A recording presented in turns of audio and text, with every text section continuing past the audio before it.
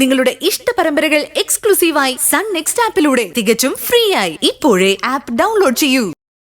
ഇനിയിപ്പോ അവള് വന്നില്ല നിന്നില്ല എന്നുള്ള പരാതിയൊന്നും കേൾക്കണ്ടല്ലോ. എടാ, നീ കാര്യമായിട്ട് പറഞ്ഞതാണോ? ഞാനെന്തിനാ കളി പറയുന്നത്?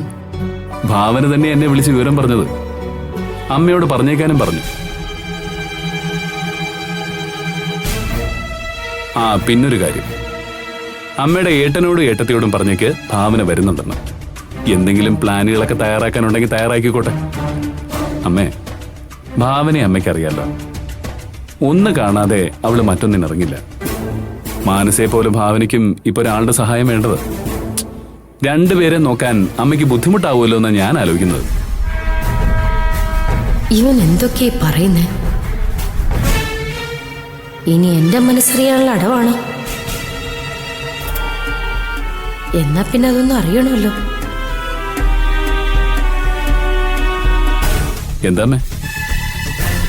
എന്താ മനസ്സിൽ കണക്കൂട്ടുന്ന? ഏയ് അല്ല, ഞാൻ നിന്റെ സംസാരം കേട്ട് നിന്നതാ. നീ പറഞ്ഞു തീർത്തിട്ട് ഞാൻ സംസാരിക്കാന്ന് വിചാരിച്ചു.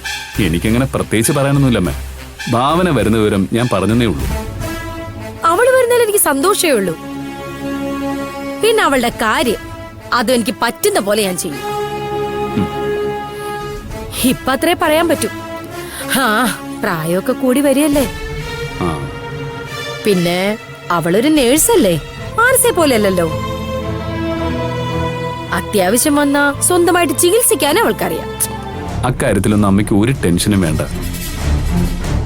ഭാവനയെ സംരക്ഷിക്കാനും സഹായിക്കാനും ഭാവനയോടൊപ്പം ഒരാൾ കൂടി വരുന്നുണ്ട്. ആര്? ഓ, ഹോം നേഴ്സ് ആയിരിക്കും അല്ലേ?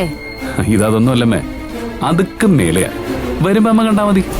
അതാരാ അങ്ങനെ ഒരാള്? വരുമ്പോ അമ്മ കണ്ടാ മതിയേ.